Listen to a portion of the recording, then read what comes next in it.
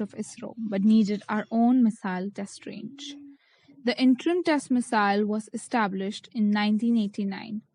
A number of missiles have been tested here, including Trishul, Akash, Prithvi, Agni, and BrahMos. ITR supported testing of Pinaka and Laksh also. ITR is slowly growing into world-class range. In July 1995, it was a hot and humid midnight. We were celebrating fourth consecutive successful flight of Prithvi. But the question pondering us was, what's next? Lieutenant General Ramesh Khosla suggested that Army needed a flight test on land range with accuracy of impact at the final destination within 150 meters. We opened the map of India. There were 5 tiny dots near ITR. These were the Wheeler Islands, suitable to test missile impacts. Immediately we started to survey the area. My 2 colleagues, Saraswat and Salwan, drove to a place called Dhamra. Hiring a boat, they reached there when it was almost dark. Next morning, they surveyed the island. Things moved fast and we got the clearance from the defense minister to acquire the land. Therefore, to explain the need of the island for the DRDO work, I personally met the Chief Minister, Biju Patnaik. Oh, my friend, Kalam, I have followed your work from the time Dr. Sarabhai. Kalam, I have given the approval you asked for. I know you use it wisely. Anything from Orissa will be yours. Kalam, you have to promise me something, that India will make its own ICBM and India shall be a strong nation. Sir, we will work for your mission. I will discuss your thoughts in Delhi. Biju Patnaik was a man with tremendous personality and impressive leadership qualities, whose love for nation transcended politics. 40 years ago, Daredevil Patnaik piloted his Kalinga airway plane to Jakarta to find Indonesian President Sukarno blushing into fatherhood. His wife had just delivered a baby and family was searching for a name. My dear friend Biju, suggest me a name for my daughter. Megavati, the goddess of clouds. Wonderful, Biju. And that's how leader of world's largest Muslim nation got a Hindu name for his daughter, who later became the president of Indonesia. For great men, religion is a way of making friends. Small people make religion a fighting tool. Lament my friend at passing away generations, with politicians with a voice, vision, and reach beyond borders. For a country with billions of people with thriving industries and a large pool of scientific talent, nuclear power, India does not count for what as much as it should. Probably no country is so far below its potential as we are. After Pokhran too, the West speaks about India and Pakistan in the same breath. Is it not our national interest to demonstrate to the world that we are better than Pakistan, with greater commitment to democracy and freedom? During March 2002, I was teaching 200 final year students on technology and its dimensions when a student raised a question. Sir, Dr. Amartya Sen's statement that nuclear weapon test conducted in May 1989 was ill-conceived. Dr. Sen is a great economist and a Nobel laureate. A comment from such a personality can't be ignored. What is your view on his comment? I acknowledge the greatness of Dr. Sen in the field of economic development. But I said it at many times, it seems to me that he looks at India from a Western perspective.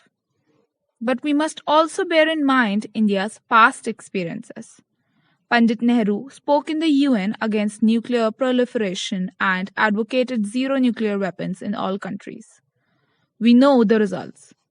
America, Russia, UK, China, France, Pakistan are nuclear warheads. The START II and other agreements are limping, and our neighbors' countries are armed with nuclear weapons and missiles. Can India be a silent spectator? India has been invaded in the last 3,000 years. Why is it India never invaded other countries? Is it because our kings were not brave enough? The truth is that Indians were tolerant. But after long independence struggle, when we got independence and have a physical economic prosperity as the only goal, the only way to show the strength of a country is to defend it. Three factors are invariably found in a strong nation: a collective pride in its achievements, unity, and the ability for a combined action. When people and a nation rise to the highest level, they have a common memory of great heroes and exploits, of great adventures and victories in the past. All the nations that have risen to greatness have been characterized by a great sense of mission. That is, the Japanese, the Germans, the Americans, and the Britishers. Germany, in the course of 3 decades, was destroyed twice, yet its people have a sense of destiny that never dimmed. If Germany can be a great nation, why can't India? Unfortunately for India, historical forces have not given a common memory to all communities by taking them back to their roots. I had the fortune of learning about many of our religions in our country. What I realized is that central theme of any religion is spiritual well-being. The foundation of secularism in India has to be derived from spirituality. If we look down upon as a divided people with no pride and faith, it will only bring us frustration and despair. The greatest danger to our sense of unity and a purpose comes from the ideologists who seek to divide India. We need to develop India in a way where it will not be a nation of cities. It will be and it will work for only villages. Villages that will be prosperous and empowered by telemedicine, telecommunication, and e-commerce. The political leaders would be working with the zeal born of knowledge that nation is bigger than individual interests. And the biggest political parties shall know that. The most important and urgent task before our leaders is to get all the force for constructive change together and deploy them in a mission mode.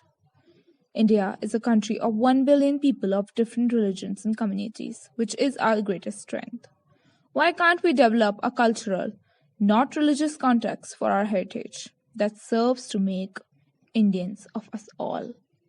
The time has come for us to stop differentiating. What we need today is a vision for India which can bring unity.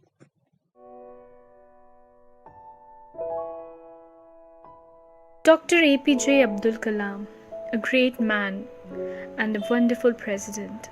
Here is a little tribute from our side to him. Aim for the moon if not the Mars. Aim for the stars but avoid wars. Aim for frontier without offense. Aim for world peace, coexistence. Aim for children who have a dream. Aim for good youth with smiles to beam. Aim for a stronger India. Aim for a world that's terror-free. Aim for dialogues, not sanctions. Aim for amity of nations. Aim for a better world for men. Aim for the achievement in your whole lifespan. Dr. APJ Abdul Kalam, he had a dream and labored hard within a team.